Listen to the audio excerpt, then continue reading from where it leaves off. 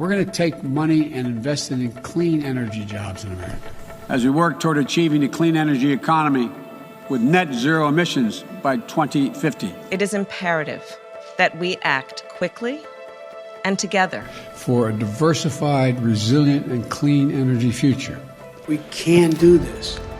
We must do this, and we will do this. It will require the use of renewable energy and new technologies. Wind, solar, and carbon capture. Carbon capture. Carbon capture. Carbon capture. Carbon capture. Yeah, so carbon capture and storage is a bad mythology. None of the accounting works, none of the math works. The public health risks are terrifying, but it's surrounded by hype, it's surrounded by cartoon stories, and it's being promoted by the Biden White House as a possible solution. By capturing and storing carbon dioxide from polluting sources, we can make real progress in tackling the climate crisis and in moving toward a clean energy future. Rewind the tape to around 2005. We're all told that fracking is this magical ability to get clean burning vapor out of the bedrock of our nation, and it's the bridge to a safe climate. None of that turned out to be true. The climate crisis has gotten worse because of fracking. So now comes chapter 2, which is carbon capture and storage, which now kind of wears the same clothing that fracking did in 2005. To tackle the climate crisis, we've got to decrease carbon emissions across our economy and remove CO2 from the air at the same time. And that is where carbon capture and storage, or CCS, comes into play.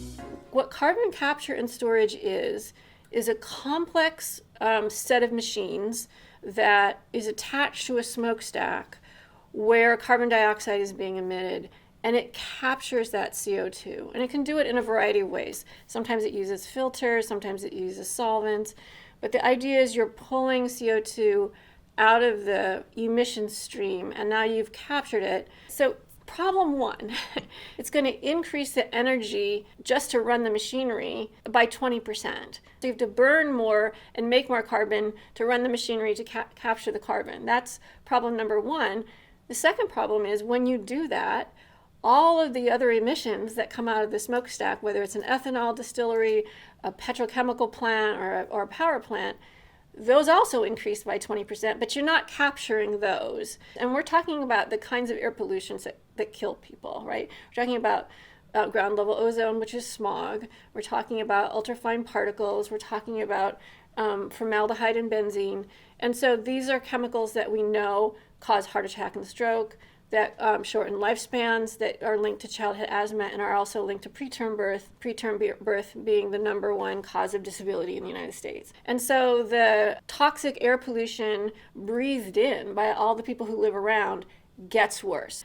Okay, problem number 2 is, now you've captured it, you need to put it somewhere permanently, right? We take that carbon and we reliably store it in deep underground geological formations or in products like concrete. In order to take that carbon somewhere and sequester it, you have to put it in a pipeline. And to do that, you need to turn it into a liquid. So more energy is now going to be used. Okay, but guess what? If CO2 comes in contact with water, it turns into carbonic acid.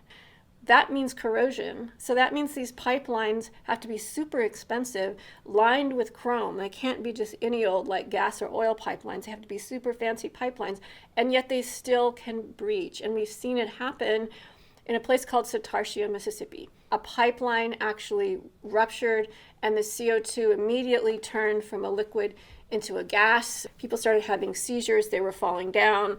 They went into sort of intoxication. All the ambulances who tried to come and help these impaired people, they sputtered to a stop because combustion engines also need oxygen to run, not just people, right? So now you've got to build all these pipelines to transport this CO2 to an underground vault somewhere. And so if it should find naturally occurring fractures and fissures, which we know from fracking are down there, right, and enters our groundwater aquifers, which lie above, again, CO2 is going to turn into carbonic acid and acidify people's drinking water supply. And as it does that, acid water mobilizes heavy metals like arsenic and lead. So those things then can go up in water. So we are putting our drinking water supplies at risk. We are putting community health at risk, the communities that live along the pipelines. And we are requiring lots more emissions to be generated to capture the smokestack emissions. We know how important tackling co-pollutants along with carbon is to frontline communities.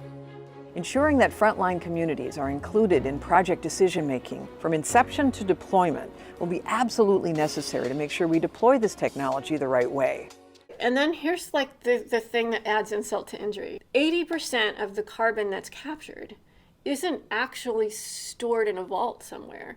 It's used to get more oil out of the ground. So essentially you're turning carbon dioxide into a new method for fracking. And nobody's counting what happens when you burn that oil and add more CO2 to the atmosphere, right? The ultimate problem here is that when you're capturing carbon dioxide, nobody wants it. It's not a commodity to sell. So none of this can run with capitalism. The only way to do it is to take our public money and give it to the oil and gas industry to do this because it's so expensive.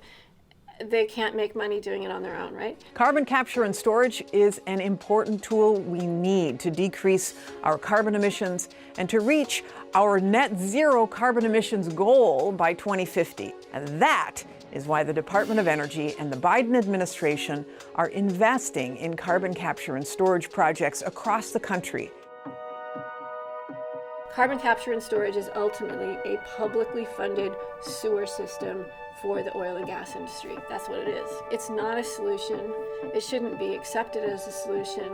The question is, why is our White House listening to the fossil fuel industry's proposals instead of the scientists who say, hey, wait a minute, not so fast, this doesn't even work. There's no science behind this. That's good.